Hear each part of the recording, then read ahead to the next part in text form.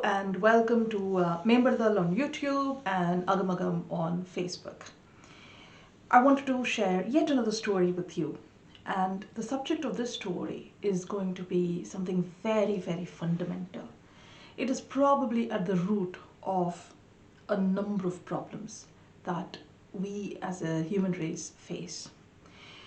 So the subject of this story and this video is going to be about identity. I will try to keep it as short as possible. I will tell you the story first and then leave you with some questions that you might want to reflect on so that you get the most out of these videos that you take time to watch on my channel or page. The story was originally told by Swami Vivekananda in several of his lectures. And here's it is the story.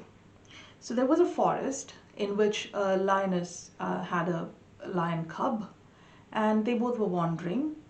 One day the cub was getting distracted by the butterflies. It was chasing the butterflies, and suddenly the mother had already gone, so the cub was lost.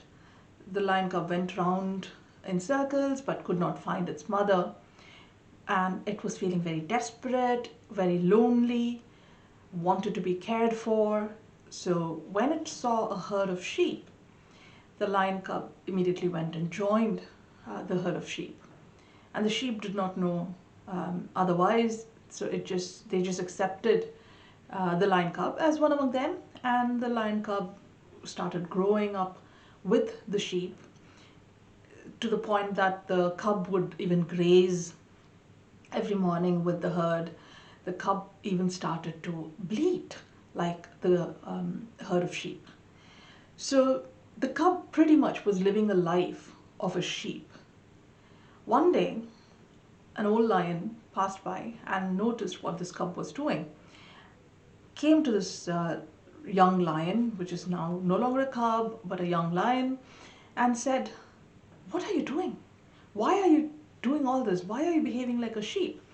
And this cub that has grown into a young lion was actually quite scared of lions, because it grew up as a sheep and the sheep were all scared of lions because they don't want to be eaten. So it had this fear of lion, and when it actually saw a lion, the young lion was really scared and did not know where to run.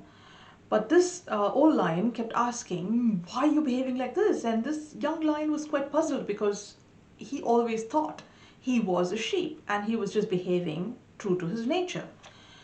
But the old lion said, "Look, you are not a sheep. You are a lion and you shouldn't be behaving this way. Why are you doing this?"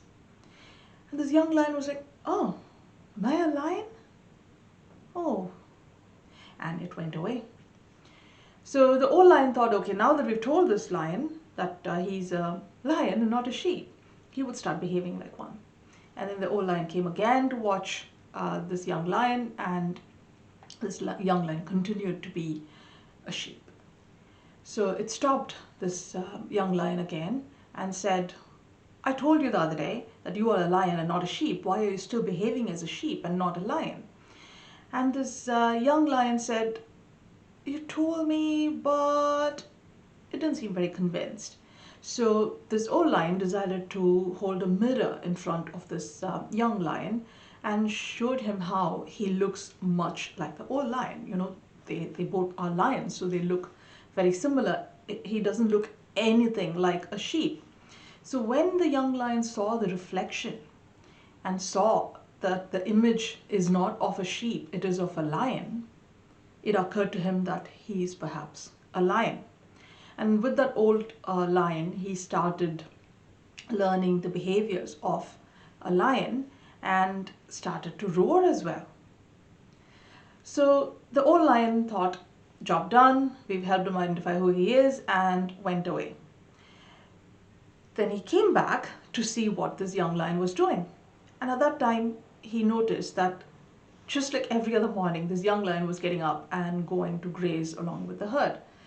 So the old lion stopped this young lion again and asked, "Why are you doing this again?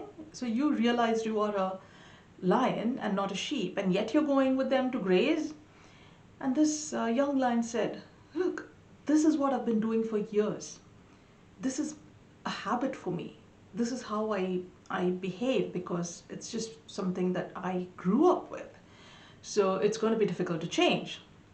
And the old lion said, okay, you need to be reminded who you are on a regular basis. So here's a mirror. Every morning when you wake up, look at the mirror and remind yourself that you are a lion. You are not a sheep. That is not who you are. So start living true to your nature. That's the end of that story. Now, who we are is a question that has been pondered upon for years. And ancient scriptures say that we are pure existence. We are pure consciousness. We are just witnessing whatever we think we are, like the body, the job, the money that we have, the social status that we have. None of that is us. We are just the awareness that is watching all of this. Now, some of us might find this sort of a spiritual definition of our identity to be too far and they don't get it yet. And it is very possible that these spiritual concepts are not understood by thinking about them intellectually. They are understood by just allowing them to flow through you, and in time you will get it. Even if you were not convinced with your identity as defined within the spiritual world, is it possible that you are a lion but are believing that you are a sheep and are not true to your nature? In other words, is it possible that you are conditioned to think of what you've been told as your identity? If you've been told that you're shy, you're introvert, you've just embraced that. If you've been told you're an angry person or a beautiful person, rich person, and you just embrace that identity, you think that is who you are. And is it possible that that sort of an identity is actually limiting you? You have put yourself in a box that the environment might have shown you, and you have closed the box shut. So you are in that box. Is it possible that you can be a free spirit? You don't have to be contained in a box. Now, if you look at the lion, because the lion believed to be a sheep, he was in constant fear of being attacked and being the prey. But in truth, the lion is the king of the jungle. And he never realized it. He never knew that. He believed that because he was growing up with a herd of sheep, he was one among them.